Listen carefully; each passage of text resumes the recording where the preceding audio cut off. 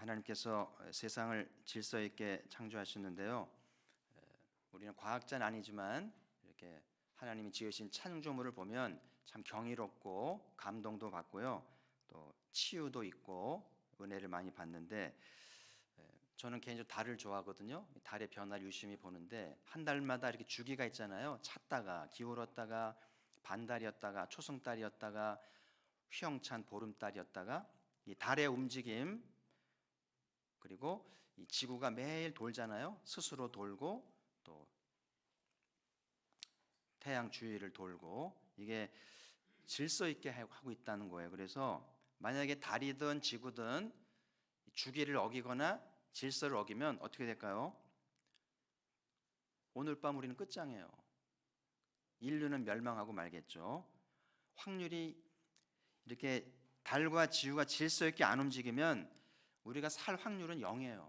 끝장입니다. 그런데 감사하게도 하나님이 모든 걸 창조하시고 그 질서 있게 제자리를 지키고 또 움직이고 주기를 하기 때문에 평간 중에 사는 것은 하나님 은혜라는 생각이 들고요.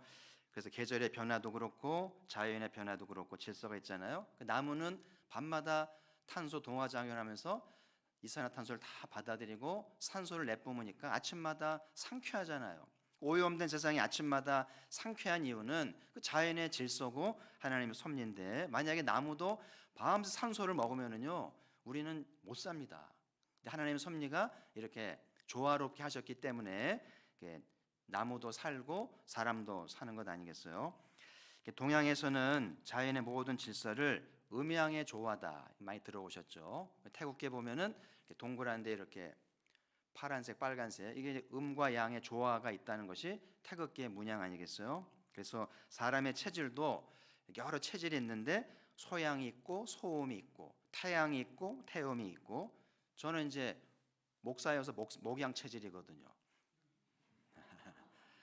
뭐 뜻은 다르겠습니다만은 목양이 있고 모금이 있고 뭐 여러 가지 이제 나누잖아요. 그러니까 이게 양과 음이 조화를 이루면서 이제 살도록 하셨다는 건데, 이렇게 만물을 질서 있게 하고 우리를 행복하게 살게 하신, 그렇게 창조하신 분은 누구예요?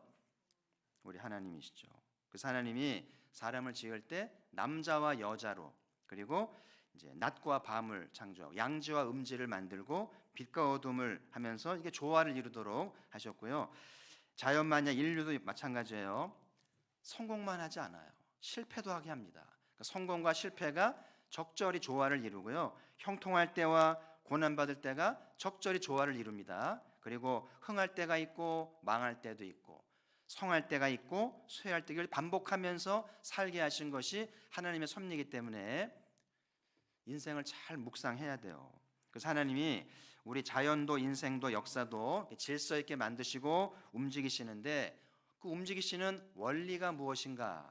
오늘 말씀에 오면 말씀이라는 거예요. 말씀으로 창조하시고 말씀으로 움직이신다. 그래서 오늘 히브리서 서론에는 이 말씀이 어떻게 우리에게 전해졌는지를 소개하는데, 첫 번째는 선지자를 통해 말씀하셨다. 1절에 보시면 옛적의 선지자들을 통하여 여러 부분과 여러 모양으로 우리 조상들에게 말씀하신 하나님이, 그러니까 구약을 보면 여러 선지자들을 통해서 이렇게 말씀하셨잖아요. 저는 처음에 성경 배울 때 선지자를 대선지, 소선지 나눠가지고 대선지는 뭐고 소선지는 뭐지? 그래서 저는 키가 큰 선지자는 대선지자고 키가 작은 소선지자인 줄 알았는데, 분량이 많은 책은 대선지고 분량이 작은 책은 소선지고, 그러니까 대소가 중요한 게 아니고 다 선지자인데 분량이 다르다는 것을 나중에 알고 의문점을 풀었는데요. 늘 선지자를 통해 말씀을 했는데, 구약을 읽어보면 오늘 조상들에게 말씀하신, 조상들이 우리 조상은 아닙니다만 이스라엘 유대인의 조상들이 선지자의 말씀을 잘 들었던 것 같아요? 안 들었던 것 같아요?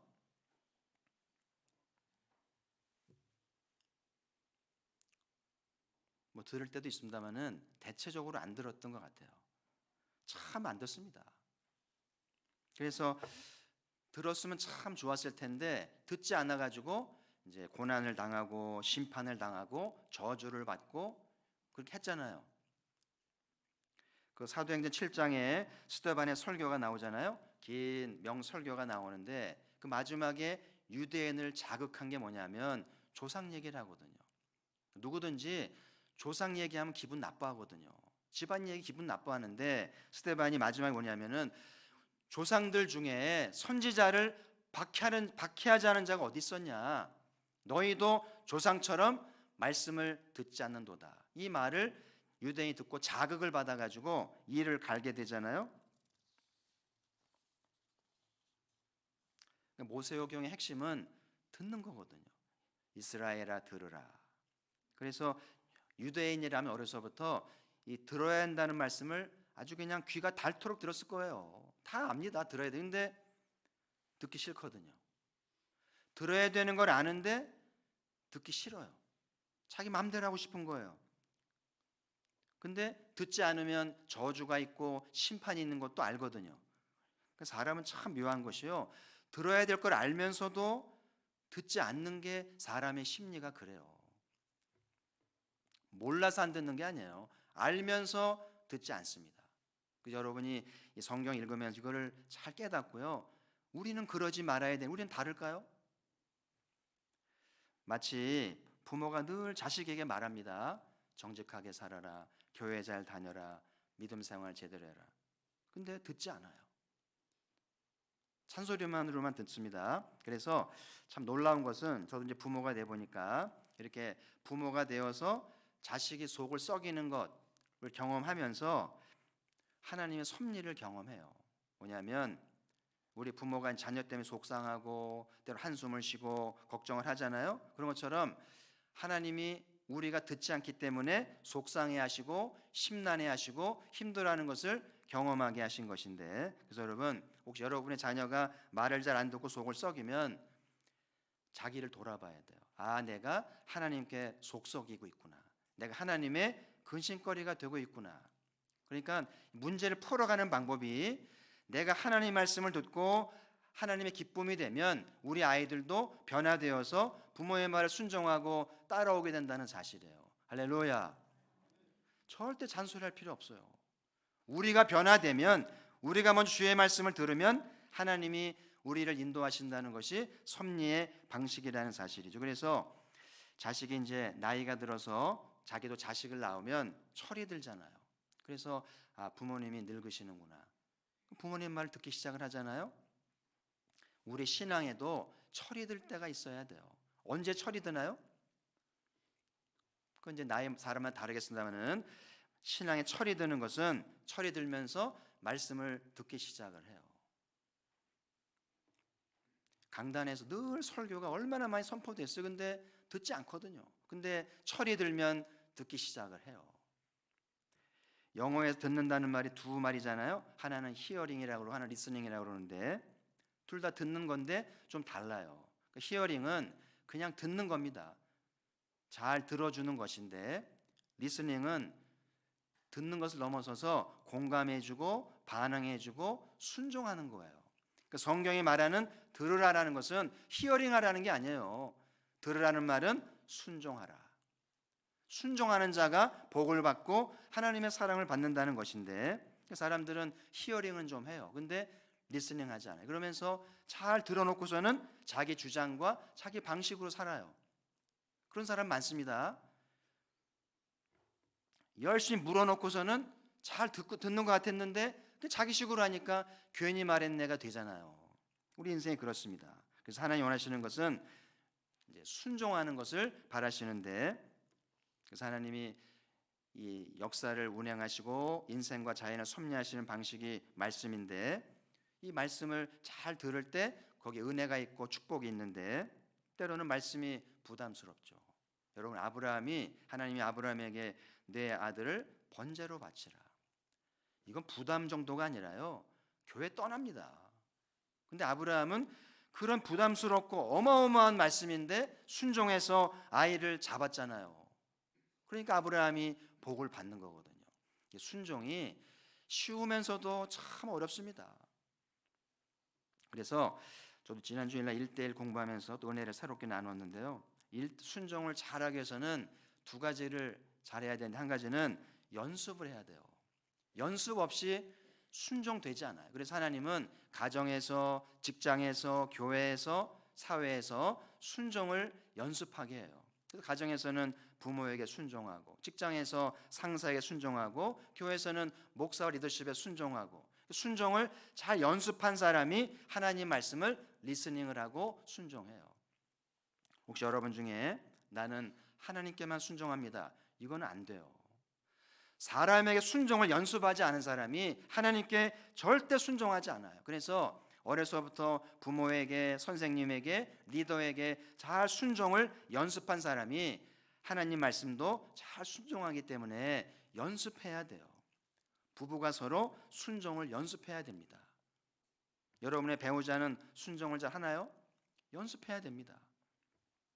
부모에게 잘 순종을 배운 아이들이 하나님 말씀에 순종을 합니다. 또 한 가지는 내가 순종을 잘하기 위해서는 하나님을 더 깊이 알아가는 것이 중요한데요. 왜 하나님 순종을 요구하실까? 왜 하나님이 아브라함의 귀한 자식을 바치라고 한 걸까요? 더 좋은 거 주시려는 거예요. 그리고 또 귀하게 쓰시려는 것이고요. 우리 인생을 책임지신다는 거잖아요. 그래서 하나님을 깊이 알면 순종할 수 있어요. 그래서 하나님에 대한 깊은 신뢰와 지식이 더 많은 순종을 낳기 때문에 하나님을 아는 만큼 순종하게 되니까 부지런히 배우는 것이 참 중요하다는 것이죠. 그래서 하나님이 오랜 세월 동안 선지자를 통해 여러 가지로 말씀하셨는데 듣지 않아 가지고 구약 역사는 너무나 슬픈 이야기가 많아요. 집안이 무너지고 나라가 망하고 얼마나 저주스러운지 몰라요. 근데 다행히도, 불행 중 다행히도 소수가 들었기 때문에 희망을 이어갑니다. 남은 자 그루터기죠. 우리 가포교회도 듣는 자, 남은 자의 신앙이 있어서 희망을 이어가기를 주의 이름으로 축복합니다. 집안에 한 명은 있어야죠. 여러분 집안 가운데 한 명만 들어도 희망은 있는 건데, 오늘 수요예배 참 여러분들이 여러분 집안에 희망을 낳는 남은 자가 되기를 주의 이름으로 축복합니다.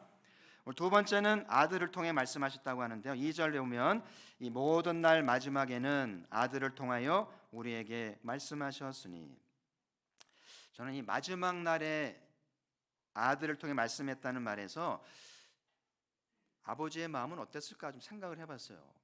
이 아들을 통해서 마지막으로 말씀하시려는 그 아버지의 마음은 무엇일까? 오랫동안 선지자를 통해 말씀했는데 안 들었잖아요.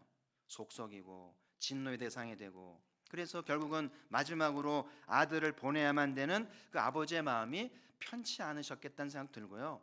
참 부담스러우셨겠다. 마지막 아들은 잘하겠지, 마지막 아들에게는 순종하고 잘하겠지, 그런 기대도 있었을 텐데 어떻게 했나요? 아들을 십자가에 못 박아 죽여버렸어요. 비참하게 죽였습니다. 그러니까 아버지의 마음이 편할 수가 없죠. 근데 동시에 저는 이 아들을 보내신 아버지의 마음이 그것만이 아니고 희망과 설레임도 있었다, 이런 마음 들어요. 왜냐하면 이제 아들을 통해서 이방인 돌아오잖아요. 유대인을 넘어서서 아시아와 유럽의 이방인도 돌아오면서 다윗의 무너진 장막을 회복하게 될 것이기 때문에 하나님이 기대가 되고 설렘이 되는 거. 이방인 중에 누가 돌아와서 내 무너진 다윗의 장막을 세울 것인가. 조선 땅이 복음을 받았고요. 이 마산에도 주의 복음을 받게 되어서 은혜가 됐잖아요. 우리 가포교회가 다윗의 장막을 세워드리는 은혜가 있기를 축복합니다. 그래서 이제 하나님이 마지막에 아들을 통해 말씀하시려는데 뭘 말씀하시려는 걸까요? 히브리서를 읽으면서 그 답을 찾아야 돼요. 하나님이 아들을 통해서 뭘 말씀하시려는 것일까? 이런 관심을 가지시고요. 히브리서의 핵심 부분은 7, 8, 9, 10 넉 장인데요. 예수님의 속죄가 나와요. 하나님, 예수님이 십자가에서 물과 피를 쏟으시면서 하나님의 말씀을 증거하신 건데, 그게 뭔지를 이제 알게 하시려는 것이 히브리서의 핵심 포인트고, 11장, 12장, 13장은 그 속죄에 대한 우리의 반응과 헌신을 얘기하고 있는데, 이 수요 강단 몇 주 동안 그 말씀 나누려고 하는데요. 이번 수요 예배 때 예수님의 속죄를 다시 한번 잘 배우시고요, 잘 경험하셔서 은혜와 진리가 정말 충만한 참된 기독교인 되기를 소망을 해봅니다. 3절에 보면 죄를 정결케 하신 일을 하신다. 그런 표현 나오죠. 죄를 정결하게 하신 일을 하시고. 그래서 이게 속죄잖아요. 그래서 여러분 습관적으로 죄 고백하지 말고, 습관적으로 용서받았다고 그러지 말고, 히브리서를 통해서 정말 속죄가 뭔지, 내 죄가 속죄가 되었는지, 그리고 속죄받은 사람의 신앙은 어떠해야 되는지 잘 배우고 자유하게 되고 기뻐하게 되는 시간들 되기를 바라고요. 오늘 또 한 가지 나누려고 하는 것은, 이제 하나님이 아들로 통해서 말씀을 하시는데, 그 말씀하신다는 게 무엇일까를 좀, 선지자에게 말씀하는 거하고 아들에게 말씀하시는 것은 좀 다르잖아요. 똑같은 말씀은 말씀인데 선지자를 통해 말씀하는 거하고 아들을 통해 말씀하시는 것은 질적으로 달라요.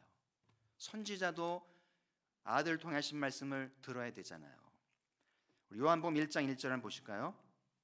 요한복음 1장 1절 같이 읽어보죠. 시작. 태초에 말씀이 계시니라. 이 말씀이 하나님과 함께 계셨으니 이 말씀은 곧 하나님이시니라. 저기 이제 말씀이 히라보 로고스거든요. 한번 로고스를 넣어서 그 말씀 대신에 태초에 로고스가 계시니 이렇게 한번 로고스를 넣어서 세 번 말씀이잖아요. 같이 한번 읽어볼까요? 시작. 태초에 로고스가 계시니라. 이 로고스가 하나님과 함께 계셨으니 이 로고스는 곧 하나님이시니라. 할렐루야. 이 로고스가 뭐냐면 말씀을 히라보로 번역한 로고스가 되는데, 하나님이 천지를 뭐로 만드셨다고요? 천지를 뭐로 운행하신다고요? 말씀이 뭐라고요? 로고스예요. 로고스는 누구입니까? 하나님이신데 예수 그리스도잖아요. 그 요한이 예수님과 3년간 동거하면서 예수님을 만져보고 그분의 음성을 듣고 그분을 바라보고 그분의 말씀을 들으면서 로고스를 경험한 거예요. 그래서 기록한 책이 요한복음인데, 그분을 만나보니까 그분이 로고스고 그분이 태초에 계셨던 건데 우리에게 오셨다는 거예요. 우리와 같은 몸을 입고 우리의 언어를 가지고 오셔서 말씀하신다는 거예요. 할렐루야.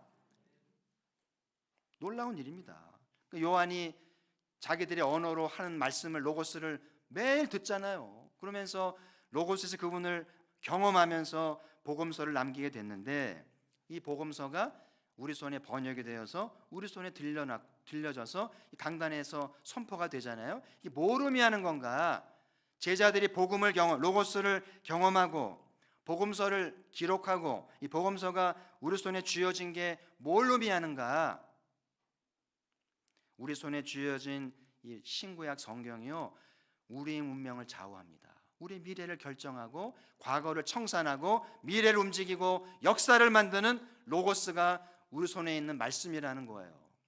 권성 들고 다니지 마세요. 권성 보지 마십시오. 운명을 바꿀 책이고 미래를 바꿀 책이기 때문에 잘 알아듣고 잘 들어야 되는데, 하나님이 얼마나 간절했으면 아들을 보내서 우리의 언어로 말씀하게 했을까요? 보세요. 예수님이 이제 말씀 중에 천국을 얘기하면서 감추어진 보화와 같다, 밭에 감추인 보화와 같다 말씀하시죠. 저는 그래서 우리가 가지고 있는 이 성경책이 보화라는 거예요. 보화를 들고 있는 거예요. 그래서 백화점 1층에 가면 보석이 가득하잖아요. 한 번씩 가면 구경을 하면은요, 보기만 해도 막 이렇게 참 기분이 좋고 마음에 드는 거 있잖아요. 사고 싶잖아요. 돈만 있으면 사고 싶죠. 근데 보석은 백화점만 있잖아요. 백화점에 있는 보석보다 값진 보석들이 또 어디 있다고요? 우리 손에 있는 말씀 속에 있다는 걸 아셔야 돼요. 그래서 돈이 없어서 그 물질 보석은 못 사지만 말씀을 통해서 영원한 보석, 더 값진 보석을 찾으셨다는 것을 기억하면서 이 수요 예배도 감추어진 보화를 찾아내면서 쾌거를 부르면서 집으로 돌아가는 은혜가 있길 바라는데요. 제가 보너스 한 구절 소개해 볼게요. 제가 어제 소개한 말씀인데도 한데요. 신명기 33장 19절. 제가 이제 스불론 지파를 소개하면서 모세 스불론 지파 축복을 함께 나눈 게 있는데 한번 읽어보실까요? 시작. 그들이 백성들을 불러 산에 이르게 하고 거기에서 의로운 제사를 드릴 것이며 바다의 풍부한 것과 모래에 감추어진 보배를 흡수하리로다. 그랬죠. 요 신명기 33장 19절 요 말씀이 밭에 감추인 보화처럼 신구약소에 감추인 보화 말씀이에요. 이걸 캐내가는 자가 수지 맞는 거죠. 누구에게 준 말씀이라고요? 스불론. 여기 보세요. 바다에 풍부한 것. 바다에 풍부한 게 뭐가 있나요? 바다에서 뭐가 나와요? 어족이 나오죠. 얼마 전에 다큐 보니까요, 우리나라가 명태를 잃어버렸어요. 명태로 유명한 나라인데, 근데 일본은 지금도 명태가 풍부한데 왜 우리는 명태를 잃어버렸을까요? 관리가 안 된 거예요. 새끼까지 잡아먹은 거예요.